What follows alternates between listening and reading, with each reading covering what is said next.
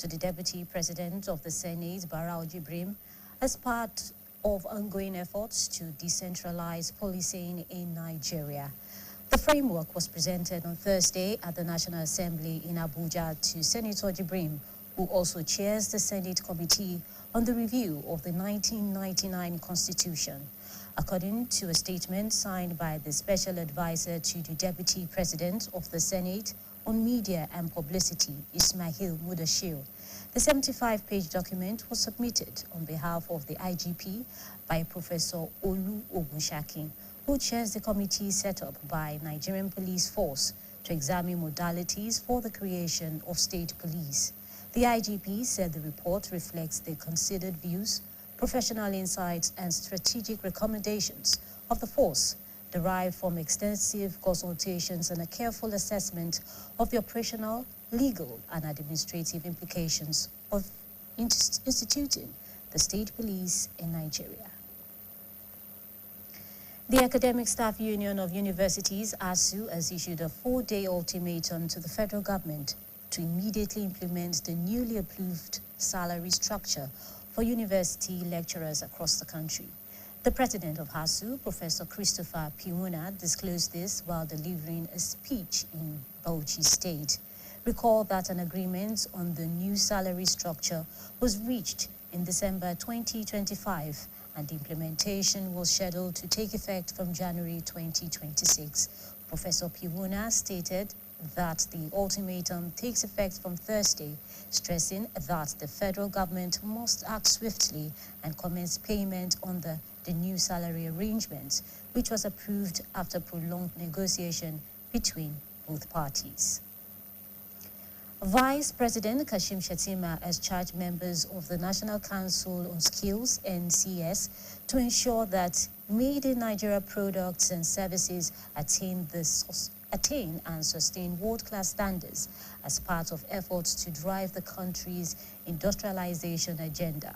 Speaking while chairing the 8th meeting of the Council at the Presidential Villa, Abuja, Shettima urged stakeholders across federal ministries, state governments, and the private sector to harness the innovative energy of Nigerians to power ongoing economic transformation. He said the ingenuity of Nigerians visible in workshops, schools, and informal sectors must be deliberately channeled into building globally competitive products and services. In a statement issued by the Senior Special Assistant to the President on Media and Communications, Office of the Vice President, Stanley Ukwocha, Shettima said the goal is to ensure that made in Nigeria is synonymous with world class. In a bid to bolster financial stability and promote economic consistency, the Central Bank of Nigeria has introduced a new policy for bank recapitalization. This development is poised to restructure the banking industry, as commercial banks are now obligated to augment their capital reserves within a stipulated time frame. Our reporter, Awawu Ibrahim, assesses the implications for financial institutions, enterprises, and the Nigerian populace. Olamiposi Shola presents our report. The Nigeria banking industry is poised for significant restructuring following the Central Bank of Nigeria's recapitalization directive.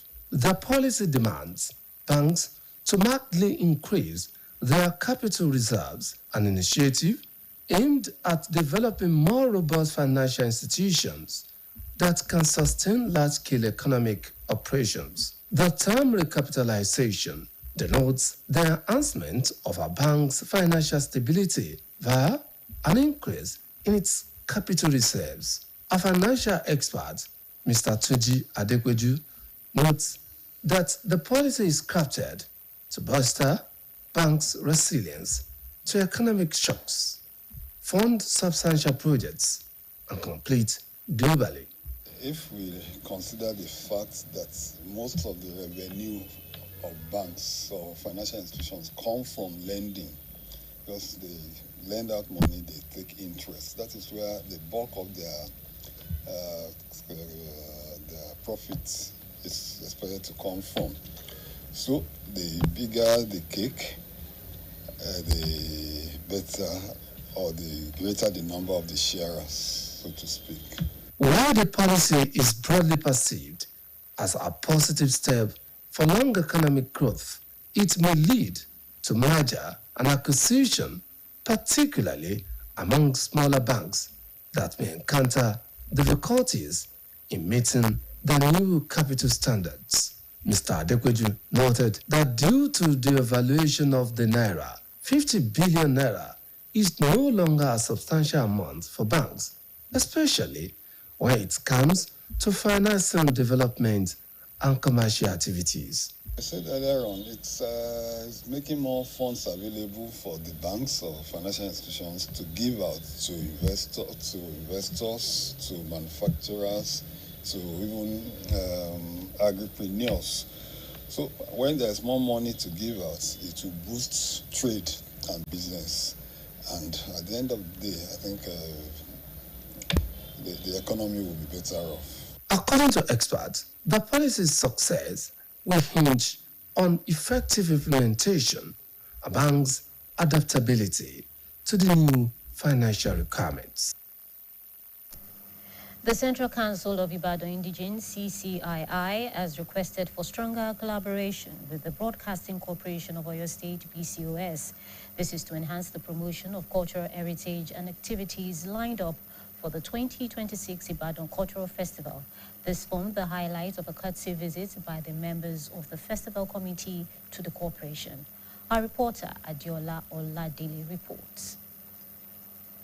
Members of the 2026 Ibadan Cultural Festival Committee, led by its chairman, Mogaji Moshood Akere, paid the visit as part of effort to boost awareness and encourage wider participation in the annual cultural celebration. Speaking during the visit, Mogaji Akere explained that the visit is designed to promote the rich cultural heritage of Ibadan and foster unity among its indigene. He disclosed that activities for the festival have commenced with a conference on March 23rd and culminates in a grand finale on April 18. Appeal to the BCOS for robust media support to ensure adequate publicity of the festival and its programs. Most of the visit to BCOS is just to know what we can do together to collaborate, how we can bring good things to add more flavor to our Ibadan Cultural Festival. In terms of their publicity, on April 2nd, we go on a woman conference. After that, we still have to go on 4. We go to the Lagelu Grove at Awoton. Then we go to Olubadan to go and pay homage to Olubadan, get our blessing from him for the success of this year Ibadan Cultural Festival.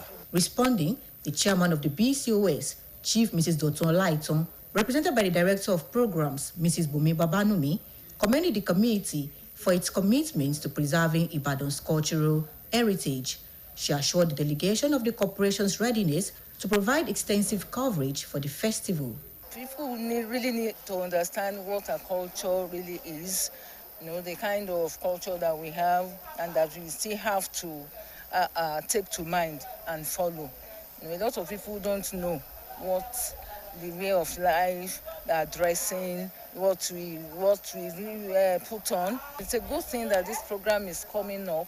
BCOS is always ready to collaborate with such activities. The visit featured presentation of commemorative items to the management of the BCOS. Adiola Oladele, BCOS News. You can reach us on GoTV, channel 274 and channel 127 on Star Times. Now, before I go, security is everybody's business. If you see something, say something. And that's the end of the Midday News. Thank you for watching.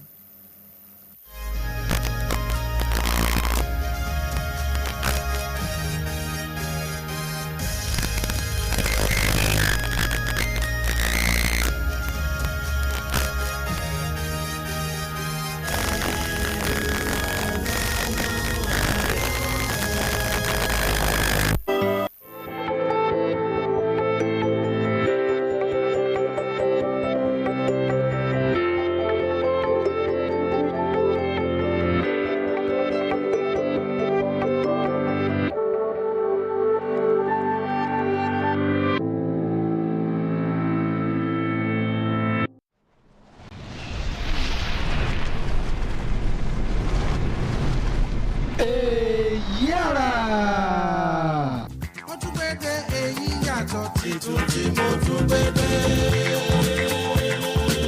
Kango lagogo ń dún kẹrẹjẹgbẹ lóhùn akèrègbè kan tóbi lásán ni o kò lóhùn agogo lẹ́nu. Ilé akéde Ọ̀yọ́ làgbà ó kẹnu ó sì tún lágbàlá ńlá tó rí kọmọ re sí. Tá a bá ń sọ̀rọ̀ ètò àṣà ohun èdè tó mọ́yán lórí gbogbo ẹ̀ ló wà nílé akéde Ọ̀yọ́. Lọ́sẹ̀ yìí lórí èyí àrà ta ni ọmọlúàbí níbèrè tá a tún jọ yiri wò tá a jọ gbọ̀n yẹ́bẹ́yẹ́bẹ́ ká lè fòkodoro lélẹ̀ láì ní tanra wa jẹ. Téńté orí ìròyìn ni ó tẹ̀lé tó bá wá di abala kejì níbi tá a ti ń gbàlejò ọ̀jọ̀gbọ́n Ayọ̀ Ahmed látẹ̀ka tí wọ́n ti ń kọ́ nípa ìtọ́ni ohun ìgbaninímọ̀ràn níléèwé gíga fásitì Ìbàdàn ló ń bọ̀ wá sórí ètò èyí àrà lọ́sẹ̀ yìí. Wọ́n ń bọ̀ wá bá wa tú palẹ̀ ìwà ọmọlúàbí àti ọ̀làjú. Ìwà wo ni tọmọlúàbí gan-an? Kí sì ni ọ̀làjú ní í ṣe pẹ̀lú rẹ̀? Àwọn kan ní àpàní ń jọmọlúàbí ṣé lóòótọ́ ni? Báwo la ó ṣe dọmọlúàbí mọ̀ pẹ̀lú ayé ọ̀làjú tá a wà yìí? Àwọn ìbéèrè wọ̀nyí àbómi ìtẹ́ bá tún ní kẹ́ béèrè lọ́wọ́ àlejò wa bó bá di Sunday lórí rédíò wa mẹ́tẹ̀ẹ̀ta náà ni o. Olúyọ̀lé FM 98.5, Òkè Ògùn FM 96.3, Ajílété FM 92.1 àti lórí tẹlifíṣàn ìpínlẹ̀ Ọ̀yọ́ tó fi máa tẹ ayélujára wa gbogbo lẹ́ ó ti máa wò wá tẹ́ ó sì tún máa gbọ́ wa ketekete. Ìròyìn eré ìdárayá náà sì ní gbẹ̀yìn gẹ́gẹ́ bí ìṣe wa kẹ́ ẹ má gbàgbé. Èyí àrà ìpàdé di Sunday.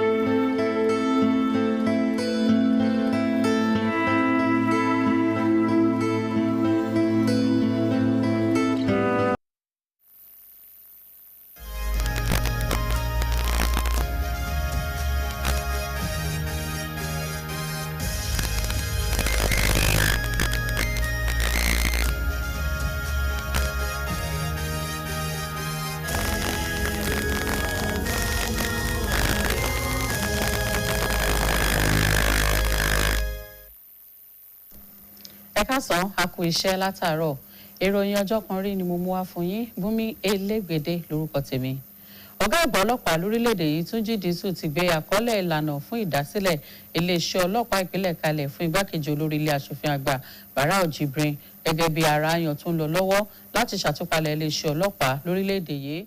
ìlànà àtọ̀ yìí ni ọ̀gá àgbà ọlọ́pàá Túnjí Dìísù gbé kalẹ̀ fún aṣòfin Jibrin ní gbọ̀ngàn ilé aṣòfin àgbà lọ́jọ́bọ̀, ẹni tí ó jẹ́ alága ìgbìmọ̀ ilé torí sí àtúnṣe ìwé òfin ilé wa tọdún 1999.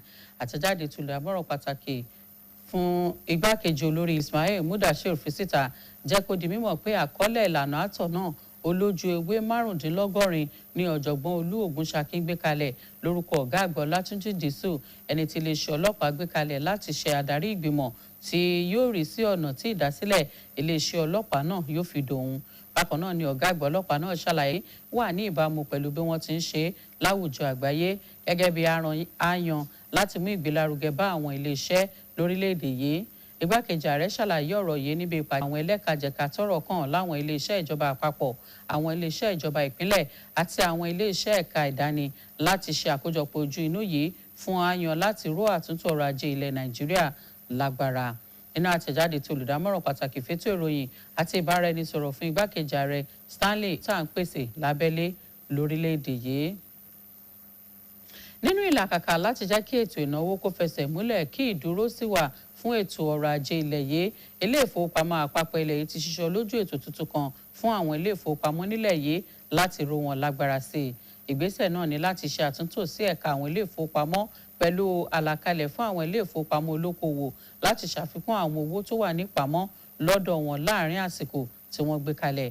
Akọ̀ròyìn wa Awao Ibrahim ṣe àgbéyẹ̀wò ipa rẹ̀ lórí àwọn iléeṣẹ́ ètò ìnáwó, àwọn olókoòwò àti àwùjọ ilẹ̀ yìí lápapọ̀. Ìròyìn tí kù rèé lẹ́nu Ayọ̀rìndé Ọlágòkè. Ẹ̀ka àwọn ilé ìfowópamọ́ lórílẹ̀‐èdè yìí ni yóò ní àwọn àtúntò tó ṣe gbòógì pẹ̀lú àṣẹ tí ilé ìfowópamọ́ àpapọ̀ lẹ̀ yí pa fún àwọn ilé ìfowópamọ́ náà láti ṣe àfikún owó tó wà ní àpamọ́ wọn. Ètò tuntun náà ń fẹ́ kí àwọn ilé ìfowópamọ́ lórílẹ̀‐èdè Nàìjíríà ó ní àfikún owó tó wà ní ìpamọ́. Àfojúsùn ètò náà ni yóò sì jẹ́ kí àwọn ilé ìfowópamọ́ ọ̀hún ní àtúntò èyí tí ó mú kí ànító owó wà láti fi lè bá ìgbà mu lásìkò tí ètò ọrọ̀ ajé bá wáyà mù. Onímọ̀ nípa ètò ìnáwó Ọ̀gbẹ́ni Túnjí Adépéjú wòye pé ètò tuntun náà yóò kó àwọn ilé ìfowópamọ́ lọ́wọ́ láti lè kojú èyíkéyìí ìṣòro tí ó lè dé lójijì nípa ètò ọrọ̀ ajé, yóò tún mú wọn lè ná owó lórí àwọn àkànṣe iṣẹ́ ńláńlá. Bákan náà ni wọ́n tún lè ta kàngbọ̀n pẹ̀lú àwọn akẹgbẹ́ wọn láwùjọ àgbáyé.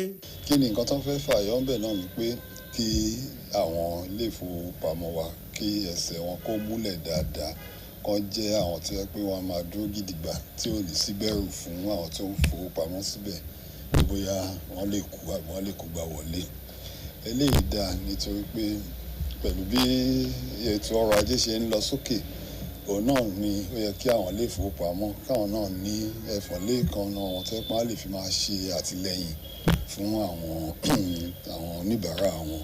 Pẹ̀lú bí àwọn èèyàn ṣe ń fojú wo ètò náà gẹ́gẹ́ bí ìgbésẹ̀ gidi fún ìdàgbàsókè ọlọ́jọ́ pípẹ́ fétò ọrọ̀ ajé, ó tún wá ṣeé ṣe kí ó tún sún àwọn ilé ìfowópamọ́ débi tí wọ́n ti máa so pọ̀ tàbí tí wọ́n kàn bá ìjákulẹ̀ pàdé láti kó adúrú owó bẹ́ẹ̀ jọ pẹ̀lú ìlànà tuntun náà. Ọ̀gbẹ́ni Adépéjú tún ṣàlàyé pé nítorí bí agbára owó ilẹ̀ yìí ṣe ti já wálẹ̀, bílíọ̀nù lọ́nà 50 náírà ò lè tó fún àwọn ilé ìfowópamọ́, pàápàá jùlọ tí ó bá di àsìkò nínáwó lórí àwọn àkànṣe onídàgbàsókè àti àwọn ètò okòwò mìíràn. Ọ̀pọ̀lọpọ̀ àwọn tó ń ṣe ìdókòwò náà nísìn ilé ìfowópamọ́ ni wọ́n ti lọ ń yá owó láti lè máa fẹ́ ilé iṣẹ́ wọn lójú sí. Tí ó bá dẹ̀ sówó ní ilé ìfowópamọ́ àti jẹ́ káwọn èèyàn kó máa fẹ́ sí ó máa nira. Káwò báyìí pé even àwa tá a wà Nàìjíríà báyìí tán ní 220 million níbi ọdún mẹ́wàá ọdún sẹ́yìn bóyá wà níbi 100 billion. So owó tó máa ká àwọn tó wà ní ogún ọdún sẹ́yìn yẹn àti àwa tá a wà ní ìsìn kò lè tóra mọ́. So ó di dandan kí wọ́n nìkan fowó kún. Náà ní ìsìn tó yẹ pé àti owó ìdókòwò wọn ti lọ sókè, a rí i pé owó táwọn gan lè yá jáde á pọ̀ sí, èlé tá a sì wà láti ibẹ̀ náà á pọ̀ sí. So gbogbo wa ni a máa jèrè ńbẹ̀. Gẹ́gẹ́ bí àwọn onímọ̀ náà ṣe wí, àṣeyọrí ètò tuntun ọ̀hún ní àṣeyọrí rẹ̀ ó máa dá lórí àgbékalẹ̀ rẹ̀ lọ́nà tó tọ́ àti bí àwọn ilé ìfowópamọ́ náà bá ṣe lè ní ìfaradà sí ìlànà ètò ìnáwó tuntun ọ̀hún. Ayọ̀rìndé Ọlágòkè ló ń ròyìn fún iléeṣẹ́ BCOS. Àpapọ̀ ẹgbẹ́ ọmọ bíbí ilẹ̀ Ìbàdàn CCI ti béèrè fún ìbáṣepọ̀ tó gúnmọ́ pẹ̀lú iléeṣẹ́ ìgbóhùnsáfẹ́fẹ́ ìpínlẹ̀ Ọ̀yọ́ BCOS láti ṣàmúgbòòrò ìdàgbàsókè àṣà gbígbá àti gbígbé àwọn ètò tí wọ́n ti là kalẹ̀ fún ti àjọ̀dún àṣà ilẹ̀ Ìbàdàn tọdún yìí jáde. Èyí ni kókó àbẹ̀wò tí àwọn ọmọ ìgbìmọ̀ àjọ̀dún náà ṣe sí iléeṣẹ́ wa BCOS.